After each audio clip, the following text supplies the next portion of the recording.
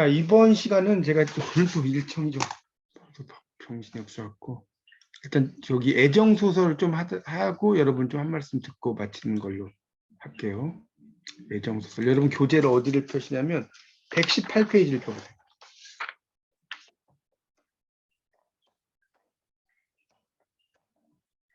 자, 애정 소설입니다. 이거는 이제 남녀간의 사랑을 이야기하는 거죠. 거기 118페이지 보세요. 애정 소설. 남녀간의 사랑을 다루는 거죠. 거기 이제 특히 이 선덕여왕을 사모하여 죽어간 직위설화 있죠.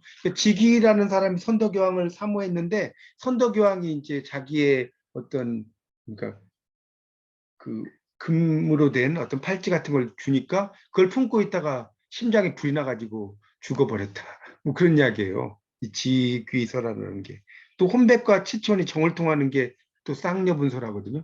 이것도 실제로 말이 안 되는 이야기. 조신설화는 꿈속에서라도 애정이 실현되었을 정도로 남녀 애정이 긍정하여. 그러니까 조신이 스님이잖아요. 그러니까 어떤 여인을 흠모해 있는데 꿈속에서 이제 그 여인과 사랑을 해서 살다가 결국 자식들이 다 죽어요. 다 죽게 됩니다. 이 조신설화를 보면 이게 이제 몽자루의 어떤 그 효시죠. 그리고 산자 죽은 자의 결연, 인연을 맺는 거. 몽중, 꿈속에서의 결연. 이 결연이라는 것은 인연을 맺는 거예요. 결연. 118쪽 보고 있어요. 결연이라는 것은 인연을 맺는 것을 결연이라고 한다. 보시면 되겠습니다. 그래서 이제 거기 이제 수의전 위에서 한 7째 줄에 보면 그런 거 수삽, 성남 이런 거 머리에 이제 성남꽃을 꼽았다는 거예요. 수삽, 성남이라는 게. 채치원, 금오신화, 이생규장전, 이생이 담장을 엿봤다는 거죠. 규장이니까. 만복사, 저포는 윷놀이. 이거 여러 번 이야기했죠. 요즘 말 윷놀이다. 그래서 금오신화를 위시해서 한문소설은 애정을 중시해서 다루는 단편적인 내용의 애정소설군이다. 이렇게 나왔습니다. 그래서 작자가 밝혀져 있다. 그래서 애정소설은 그 밑에 딸락있죠. 두 남녀의 결혼을 방해하는 현실의 장벽이 있어요. 그걸 극복하려고 하는 거죠. 이제 그런 거에서 이제 뭐 이거는 뭐 요즘에도 그렇죠. 애정소설이라는 게 다 그런 거겠죠. 역사성 사회의식. 또 애정소설 고찰함에 17세기의 주생전, 최척전, 운영전에서 경향성을 지켜본다. 구운몽은 당연히 애정 모티프가 있었죠. 여러분 출석 수업에서 공부하셨으니까. 그리고 이제 기녀 신분 갈등형 애정 소설도 있다는 거예요. 그러니까 이거는 이제 춘향전 같은 경우 기녀 퇴기의 딸이잖아요. 춘향이. 그래서 춘향전, 옥단춘전 오른쪽에 뭐 여러 작품들이 있어요. 채봉감별곡. 특히 이제 채봉감별곡 같은 경우는 119쪽에 채봉이 이별을 느끼는다 뜻입니다. 채봉감별이니까 그걸 이야기하는 거예요. 자, 그래서 이제 그다음에 이제 애정 문제를 풍자 비판의 시각으로 드러낸 소설도 등장을 했다는 거고요. 자, 그다음에 이제 작품의 특징적 요소 밑에 보세요. 상층 남성과 상층 여성 이게 이제 시험에 아주 잘 나옵니다. 여기서 또 잘 나오는 유형이 있어요. 자, 보세요.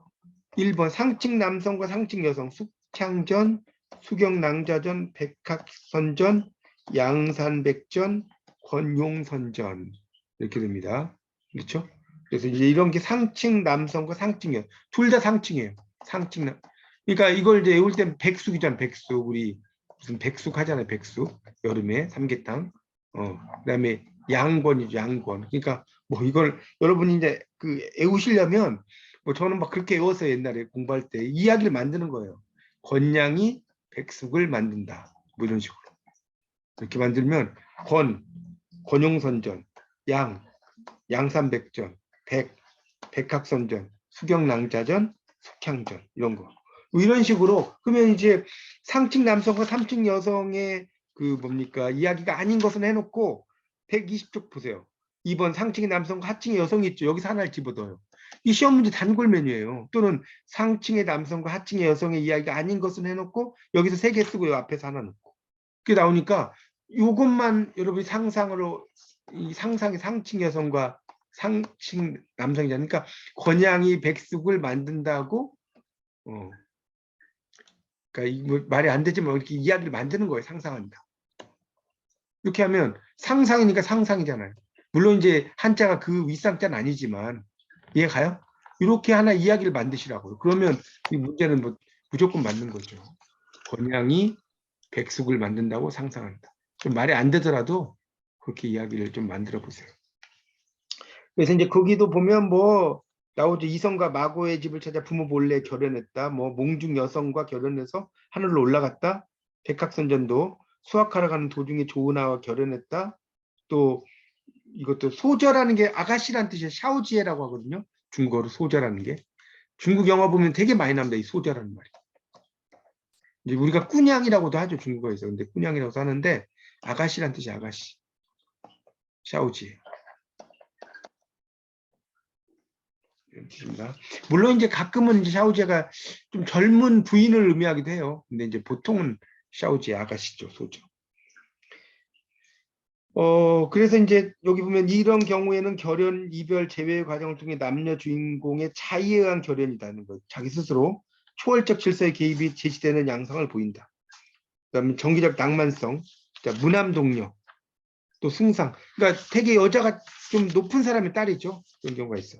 상층 남성, 하층 여성 보세요. 옥단춘, 춘향전 확실히 알죠. 채봉감별곡, 이진사전, 옥단춘전이에요. 그래서 이열룡과 옥단춘, 몰락 양반과 간기, 양반과 태기의 딸, 그다음에 양반과 간기가 된 사대부가 여성, 그다음에 이용린과 경배, 시골서생과 평양기생, 뭐 이런 이야기죠. 그래서 이제 그 밑에 보면 지인지감이라는 게 있죠. 사람을 알아보는 눈, 지인지감이라는 게 그런 거거든요. 사람을 알아보는 눈을 이걸 가졌다는 거예요. 그래서 이제 스스로 기적이란 건 기생의 장부, 기적이란 말 있죠. 기생의 장부에 이름을 올려서 기녀로 전락해서 채봉은 이제 부친이 매간매직으로 몰락한 집안을 일으키기 위해서 스스로 기녀가 돼가지고 이제 정혼자와 이별하는 이야기다 설명하고 있습니다. 상층 남성과 궁녀는 운영전 심생전이에요. 김진사와 운영, 심생과 권력. 그래서 남녀 주인공의 비극적 결말이 그러니까 임금의 여자잖아요. 그 궁에 있는 그 예전에 여인들은. 그래서 같이 사랑할 수가 없어요.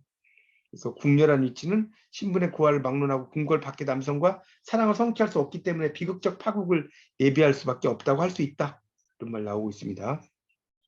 자, 121쪽에 가보면 셋째 줄 남녀 결연의 계기를 기준으로 몇 가지 유형을 볼 수 있다. 먼저 몽중, 꿈속에서 상면 서로 만나요. 몽중 예시, 이건 이제 예시랑 꿈속에서 뭔가 예시를 느끼는 거죠. 예시몽 이런 거 있죠. 결연의 계기가 돼요.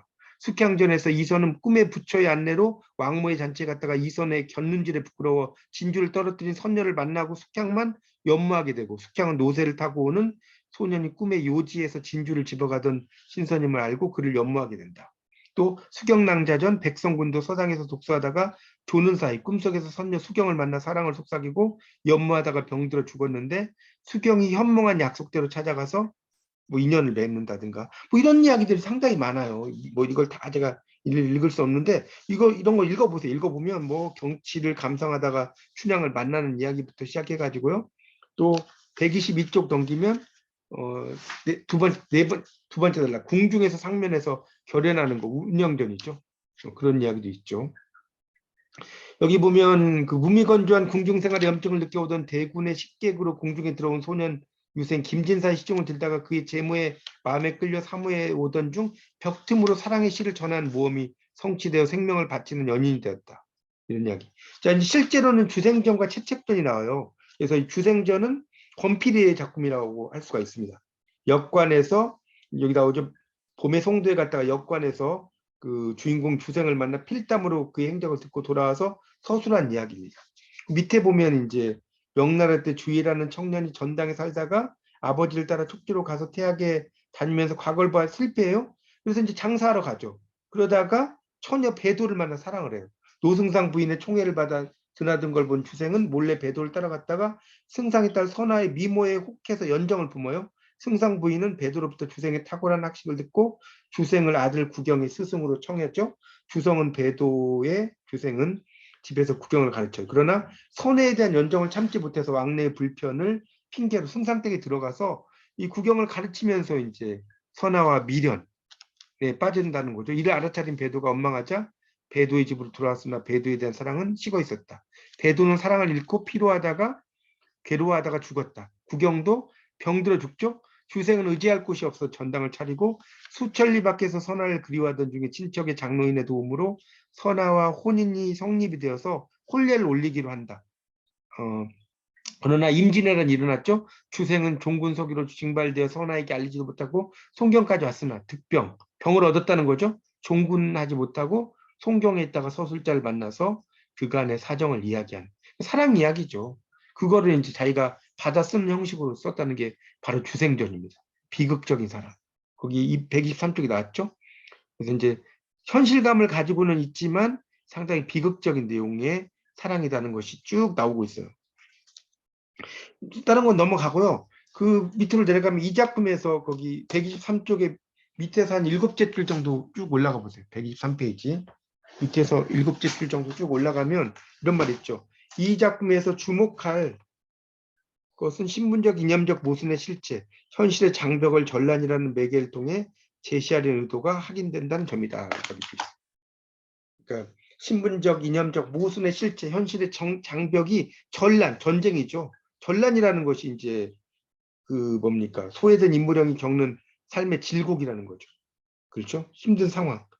강도몽유록. 이거 강도몽유록이라는 건 강도도 강화도를 가리켜요. 강도라는 게. 강화도. 이런 것도 이제 이야기가 되거든요. 그런 것들도 그런 특권 계층의 소외된 자들의 비극적 운명이다. 자, 넘겨보세요. 그래서 이제 뭐 그 세 번째 줄에 124쪽 주생의 양면적 행위는 기생 배도와 결연, 의탁, 의를 맺어 회절이란 건 절개를 훼손한다는 거예요. 회절. 절개를 훼손하는 게 회절입니다. 이런 것을 이야기하고 있다는 거예요. 그래서 셋째 줄에 두 번째 달라 기생 배도는 옥단충과 같은 성격의 인물로 주생의 시적 재능을 알아보고 인연을 맺는다는 거예요. 배도도 조부가 벼슬하다가 죄를 얻어서 서인이 되고 조실 부모, 일찍 부모를 잃었다는 거죠. 기적, 기생의 장부라고 그랬죠. 명단 올랐다고 하여 신분 변동 양상을 이야기하고 있다는 거죠. 이런 식으로 쭉 이야기를 하고 있습니다. 뭐 그런 이야기는 좀 읽어보시고, 그 다음에 채척전이라는 게 이제 그 밑에 단락이 있죠. 채척전은 이제 여러분이 3학년 1학기 때 공부를 하셨어요. 이거는 이제 채척전은 좀 필기를 하시면 사실성 플러스 낭만성이죠. 이거 필기하세요. 이렇게. 이 두 가지를 같이 결합을 하고 있죠. 이 사실이라는 건 임진왜란을 이야기하는 것이고, 낭만성은 이제 사랑은, 로맨틱한 사랑을 이야기하는 거죠. 그래서 거기 125쪽에 이제 그 인용문은 여러분 읽어보세요. 읽어보시고, 이 작품은 거듭된 전란, 명청, 교체기, 역사적 사실, 그래서 이제 인물의 그런 그 겪는 사건도 구체적으로 제시되고 있습니다. 그러니까 여러분이 이제 3학년 1학기 책에 그 채척전이 있으시면 꼭 한번 읽어보세요. 읽어보시면 훨씬 더 이해가 더 쉬울 겁니다. 채척전. 그래서 이제 두 사랑하는 사람이 만났다가 헤어지고 만났다가 헤어지다가 나중에 또 이제 배에서 또 이렇게 만나게 되고 상당히 좀 스펙타클한 이야기예요. 상당히 재밌습니다. 126쪽. 그래서 채척전에서 넷째 줄 주목할 것은 사실적 경향이다. 아까 이야기했죠? 결연 과정에서 오경의 주도적 행위, 최 씨에게 시비, 몸종 춘생을 시켜 연정을 고백하는 시를 보내 부유한 집에 시집을 보내려는 모친의 세태 반영적인 사고를 넘어 자신의 의견을 표현해서 혼인 승낙을 받는 적극적 여성성. 그러니까 내가 사랑하는 사람에게 이렇게 요즘 뭐 카톡을 보내는 거 똑같은 거예요. 옛날에 그런 게 없었으니까. 결혼 과정에서 오경과 친척이 오랫동안 지켜보는 과정을 거쳐서 애정을 갖게 되고, 그래서 애정을 관철하려는 의지가 있었다. 이런 얘기가 나오죠. 그 밑에 딸락 전란군의 참상 이런 걸 이야기하고 있죠. 우리가 임진왜란을 상당히 자세히 이야기하고 있거든요. 이 최척전을 보면 그런 이야기를 설명을 하고 있습니다. 그렇게 이제 볼 수가 있겠고요. 그래서 이제 이 주인공 최척이 거기서 한 세 번째 단락 7째 줄 정도 내려가 보세요. 현실적 삶의 터전을 상실하고 도가적 삶의 방식을 택하려는 행위 방식. 송우는 경사에 능통하나 경전 같은 거죠. 현실 정치에 편입하지 않고 책을 저술하고 상업을 방편으로 삼아요. 그러니까 육아적 질서에 비판적인 거죠. 왜 그러냐면 육아에서는 자기가 그 뭡니까 책을 많이 읽으면 과거를 보고 출세해야 되니까. 그러니까 방외인이란 건 제도권 밖의 인물을 말하는 거예요. 김시숙 같은 사람. 제도권 밖 인물.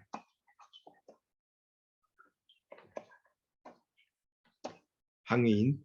126쪽의 밑에서 6째 줄 나오죠. 방해인적 세계관. 그 최척전의 낭만적 측면 나왔죠. 이게 이제 남녀 간의 해우예요. 해우는 정말 우연히 만나는 거거든요. 그래서 설화적 낭만성이 있다는 거예요. 127쪽. 그래서 낭만성의 측면에서 장욕 존불이라는 운명적 힘이 서사 전개의 추동력으로 작동을 합니다. 그래서 이제 서사의 전개가 단절될 수밖에 없는 대목에서 이제 이런 부처나 이런 형상이 나타나요. 그래서 자살을 막는 설정. 그러니까 일종의 이게 이제 데우스 마키나적인 요소죠. 기계식. 데우스 마키나라는 게 있죠. 그런 걸 이야기하고 있습니다. 그 다음에 이제 그 하나, 둘, 셋, 넷, 여섯, 다섯째 줄부터 비켜주세요. 전반부에부터 이해할 수 있다까지. 전반부에 등장하는 인물의 적극적인 의지로부터 후반부의 장육존불, 그러니까 불교적인 존재죠. 운명적 힘으로 이동이라는 상반되는 경향성, 현실적 질곡을 초월적 질서와 힘에 의해 극복하려는 운명론적 사고의 방식이다. 자, 그 다음 단락. 최척전의 의의는 후반부의 낭만적 성격이 전기적인 설화에서 전기소설에서 전기성의 색채를 털어내려는 사실적 소설로 이제 점점점 가게 된다는 거죠. 그래서 전이 옮겨가고요. 이행도 옮겨간다는 거죠. 그러니까 전기적인 설화적인 요소와 낭만적인 요소, 또 역사적인 요소, 이런 것들이 아주 긴밀하게 결합된 작품이 이 작품이다라고 할 수가 있겠습니다. 여기서 이제 다시 한번 강조를 하는데, 그런 주생전과 채척전은 사실성과 낭만성이고, 이 119쪽에 다시 넘겨보세요. 119쪽에서 그 1번 상층 남성과 상층 여성의 별 한 3개 쳐놓으세요. 그래서 요거 외우는 방법 아까 이야기했죠. 권양이 백숙을 하는 뭡니까? 뭐 누구를 상상한다 이런 식으로 권양이 백숙을 하는 것을 상상한다 이런 식으로 외우시면 이 상층 남성과 상층 여성이 아닌 거고 상층 남성과 궁녀는 운영전하고 그 밑에 있죠. 운영전하고 그 심생전 운영전하고 심생전이 상층 성과 궁녀예요. 그렇죠? 그래서 이제 그렇게 보시면 됩니다. 그러니까 이런 경우도 이제 뭐 상층 남성과 궁녀가 나오잖아요. 궁녀. 궁이 들어가면 그다음에 뭡니까? 심생전하고 운영전. 그러니까 그다음에 심 이런 식으로 쓰겠죠. 심운궁이죠. 심운궁. 그러니까 뭐 깊은 구름이 있는 궁궐 뭐 이렇게 우셔도 되잖아요. 심운궁. 이렇게 오면 그러니까 이게 이야기를 만들어야 돼요. 여러분이 이게 안 외워질 때는요. 하나의 스토리를 만들어서 공부하는 게 되게 좋습니다. 거기서 이제 시험이 특히 잘 나오게 됩니다.